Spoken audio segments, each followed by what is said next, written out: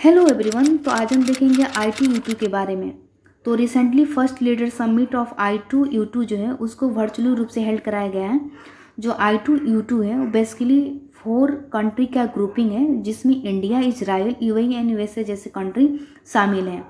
अब हम इसका स्पेसिफिकेशन की बात करते हैं। तो जो इसका फर्स्ट स्पेसिफिकेशन है वो है फूड सिक्योरिटी।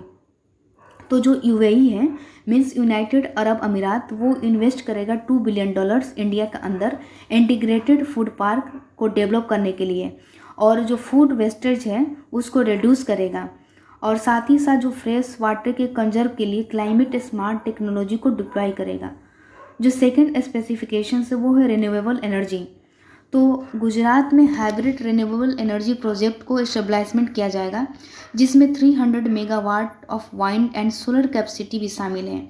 इसके लिए बैटरी एनर्जी स्टोरेज सिस्टम के द्वारा कम्प्लीमेंटेड किया जाएगा। इससे इंडिया का गोल 2030 तक 500 गीगावाट और नॉन फॉसिल फ्यूल कैपेसिटी को अचीव करना होगा। जो थर्ड इसका स्पेसिफिकेशन से वो है एम फॉर क्लाइमेट।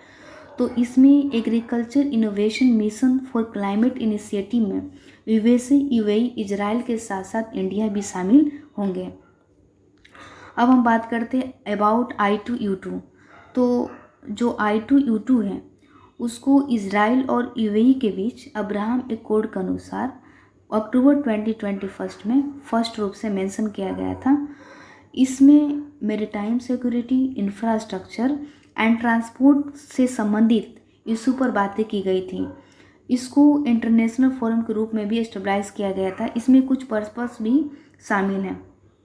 जो फर्स्ट है वो है ट्रेड में इकोनॉमिक पार्टनरशिप को स्ट्रेंथन करना, मीन्स स्ट्रॉन्ग करना, mutual interest of common area पर डिस्कस करना, और रिस्पेक्टिव रीजन्स और अनदर एरिया पर इन्वेस्ट करना। जो I2U2 है उसको वेस्ट एशियन क्वाड के रूप में भी जाना जाता है। यह मेन इकोनॉमिक पर फोकस है, मिलिट्री एंगल इसमें इंक्लूड नहीं है। इसमें 6 एरिया का कोऑपरेशन है, जिसमें water, energy, transportation, space, health and food security जैसी चीज़ें शामिल हैं। जो I2U2 का जो इंटेंट है, एम है, वो प्राइवेट सेक्टर की कैपिटल और एक्सपर्टाइज को मोबिलाइज करना है, जो हेल्प करेगा इंफ्रास्ट्रक्चर को मॉडर्नाइज करने में, इंडस्ट्रियल के लिए लो कार्बन डेवलपमेंट पाथवे को प्रोसेस करने में, और जो थर्ड है वो है critical emerging and green technology के डेवलपमेंट में जो है उसको बढ़ावा देगा, मीन्स प्रमोट करेगा। अब हम यहाँ बात करते हैं significance of I2U2 for India. तो जो इंडियन ओशन है वो ग्रेटर इंगेजमेंट को फैसिलिटेट करेगा अक्रॉस वेस्टर्न इंडियन ओशन में, जो लाई करता है इंडिया, स्वेज कैनाल और साउथ अफ्रीका के बीच। एटलीस्ट 12% जो वर्ल्ड ट्रेड है वो स्वेज कैनाल से थ्रू होते हैं। जो स्वेज कैनाल है वो रेड सी के थ्रू इंडियन ओशन को मेडिटेरियन सी से जोड़ता है। सेकंड जो वो एक्सेस टू मार्केट है। जो एक्सेस टू मार्केट है, यह बायलैटरल ट्रेड इन्हांस में हेल्प करेंगे।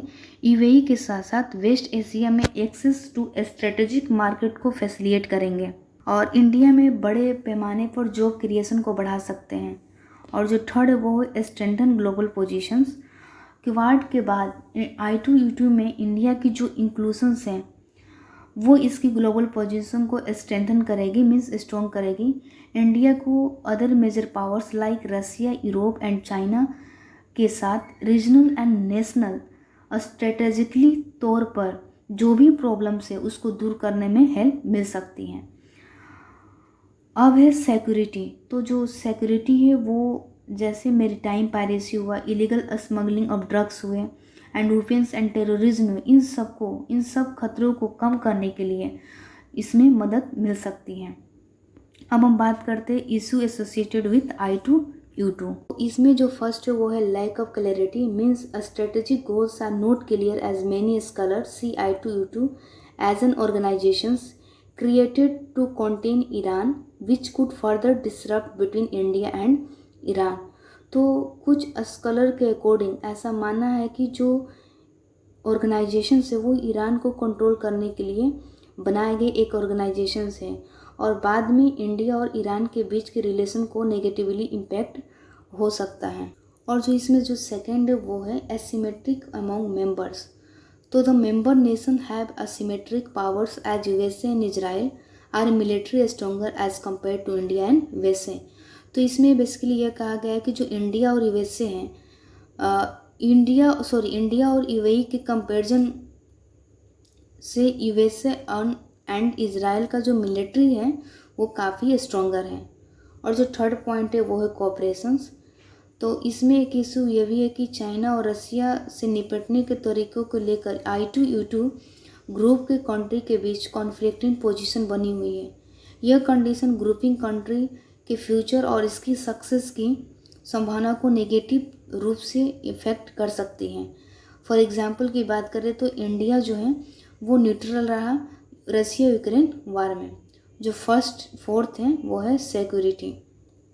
तो I2U2 जो है इंडिया के लिए चैलेंज पोज कर सकती है।